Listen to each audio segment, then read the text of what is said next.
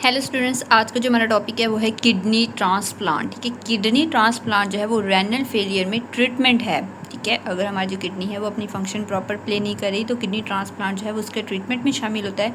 First treatment जो है हम लोगों ने डायलिसिस पढ़ा था। अगर हम इसका रिव्यू देखें कि we note that dialysis need to be repeated after every few days. ठीक है, डायलिसिस 2 टाइप्स की थी, एक था पेरिटोनियल डायलिसिस और दूसरी थी हीमोडायलिसिस। ठीक है, पेरिटोनियल डायलिसिस में जो हम है पेशेंट का ब्लड जो है वो हम हर रोज़ जो है वो उसको डायलिसिस से ट्रीटमेंट करते थे, उसको क्लीन करते थे डायलिसिस फ्लूइड से। और जो हीमोडायलिसिस है वो हम वीक में जो है वो 3 टाइम्स करते थे। तो इसमें क्या होता है कि वो जो पेशेंट्स होते हैं ना, अनप्लीजेंट फॉर पेशेंट अटेंडेंस, वो जो पेशेंट और जो अटेंडेंस हैं दोनों के लिए जो है वो नाखुशगवार होते हैं। ठीक है, दोनों थक जाते हैं। तो इसमें क्या है कि another treatment for the end stage kidney failure is kidney transplant. ठीक है, किडनी ट्रांसप्लांट जो है वो दूसरा एक जो है वो ट्रीटमेंट है कि अगर जो है वो हमारी जो है वो किडनी फेलियर एंड स्टेज पे। अब हम किडनी ट्रांसप्लांट को जो है वो डिफाइन करें, it is the replacement of a patient damage kidney with a donor healthy kidney. ठीक है, ये क्या होती है कि हम पेशेंट की जो डैमेज जो ख़राब किडनी है उसको रिप्लेस करते हैं। किससे रिप्लेस करते हैं? डोनर किसे कहते हैं? जो देने वाला होता है। ठीक है, डोनर की हेल्थी किडनी से। ठीक है, उसकी जो है वो सेहत बख्श किडनी होनी चाहिए, कोई मरीज़ की ना हो। ठीक है, और तब करना चाहिए जब हमारी किडनी जो है वो डैमेज हो। ठीक है, किससे करना चाहिए? डोनर की हेल्दी किडनी से। ठीक है, अब डोनर्स कौन हो सकते हैं? Who might be donor? Disease donor mean कि जो डेड पीपल होते हैं उनकी किडनी भी हम ले सकते हैं, वो भी डोनर हो सकते हैं। और लिविंग डोनर, या फिर कोई मीन्स के ज़िंदा इंसान है उसकी भी हम जो है वो किडनी वो खुद जो है वो किडनी डोनेट करना चाहें तो फिर वो जो है हम उसको भी जो है वो यूज़ कर सकते हैं किडनी ट्रांसप्लांट में। और डोनर में भी रिलेटिव और नॉट भी रिलेटिव। ठीक है, कोई रिश्तेदार भी हो सकते हैं, रिश्तेदार नहीं भी हो सकते, कोई भी हो सकते हैं डोनर्स।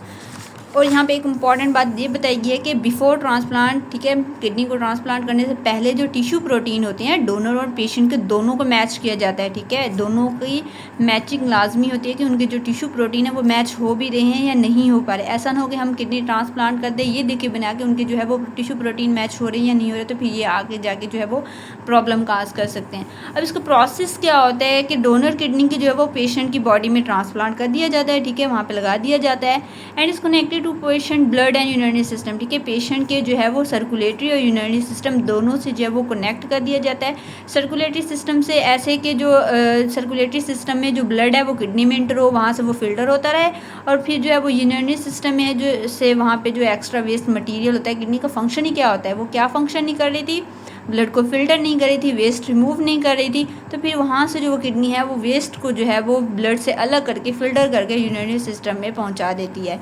राइट, तो फिर इसके अलावा जो है वो एवरेज लाइफ टाइम कितनी होती है कि एक किडनी को जो है हम ट्रांसप्लांट करते हैं डोनर से तो फिर वो 10 से 15 साल तक जो है वो चल सकती है। एवरेज मीन कि इनसे कम भी हो सकती है, इससे ज़्यादा भी हो सकती है। तो एवरेज 10 to 15 ईयर्स है। उसके बाद क्या होता है कि अगर ट्रांसप्लांट फेल हो जाता है, when a transplant fail the patient given a second kidney transplant. ठीक है, फिर जो है वो दोबारा उसे दूसरा चांस होता है कि वो किडनी को ट्रांसप्लांट कर सके अगर ये फर्स्ट फेल हो जाता है। ठीक है, in this situation the patient is treated through a dialysis for some intermediate time. ठीक है, इस प्रोसेस में कि एक टाइम पे जो है वो 10 से 15 साल तक ये किडनी चले। अब जो है हमने दोबारा से ट्रांसप्लांट करना है तो इस दोनों प्रोसेस के बीच में ना हमें डायलिसिस का ट्रीटमेंट करना पड़ता है। जब तक हम जो है दूसरा जो है वो किडनी को ट्रांसप्लांट ना कर दे तब तक हमें जो है वो क्या करना पड़ता है?